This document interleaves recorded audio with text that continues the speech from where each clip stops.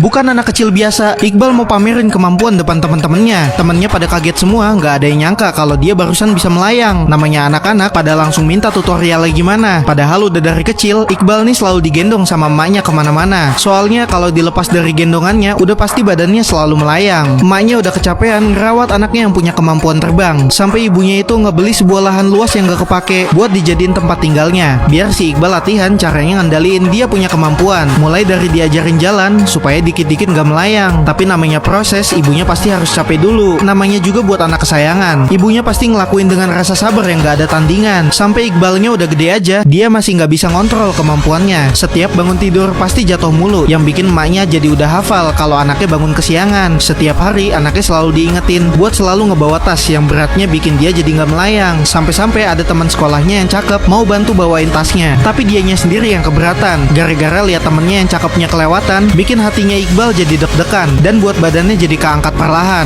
Iqbal udah coba buat ngendalin perasaan, dan karena kebetulan bis itu kena ajlukan, Iqbal jadi nemplok ke jendela. Yang tadi hatinya salting berbunga-bunga, sekarang malah jadi malu kalau dilihatnya. Dia selalu langganan, pastinya telat kalau masuk ke sekolahan. Gara-gara tas yang Iqbal bawa emang keberatan. Nyampainya di kelas karena kecapean, Iqbal bisa ngabisin satu botol minuman. Dan anak gadis yang ketemu Iqbal tadi di bis ternyata jadi murid baru di kelasnya. Namanya Cantika. Udah cantik di muka, udah gitu bikin salting juga tatapannya. Udah duduknya samping-sampingan, Iqbal makin susah buat nahan dia punya perasaan, yang bikin dia jadi perlahan mau melayang. Tapi sebisa mungkin harus dia tahan. Sampai-sampai jam pulang sekolah, Iqbal ditinggal sendirian. Cantika yang mau pulang paparazan sama Iqbal kebetulan. Dia lihat temennya ini kelakuannya aneh, sampai megangin tiang demi dirinya nggak melayang. Udah ditakdirin punya kemampuan bisa tidur di atas langit-langit kamar, ngebuat ibunya Iqbal harus siap-siap nyiapin senjata. Soalnya anak yang punya kemampuan kayak anaknya sekarang ini lagi diincar sama mas-mas Jawir yang berkedok nyamar jadi kurir. Bukan tukang antar paket biasa, tapi mas-mas Jawa ini dapat tugas buat ngeeksekusi target orang-orang yang punya kodam kemampuan.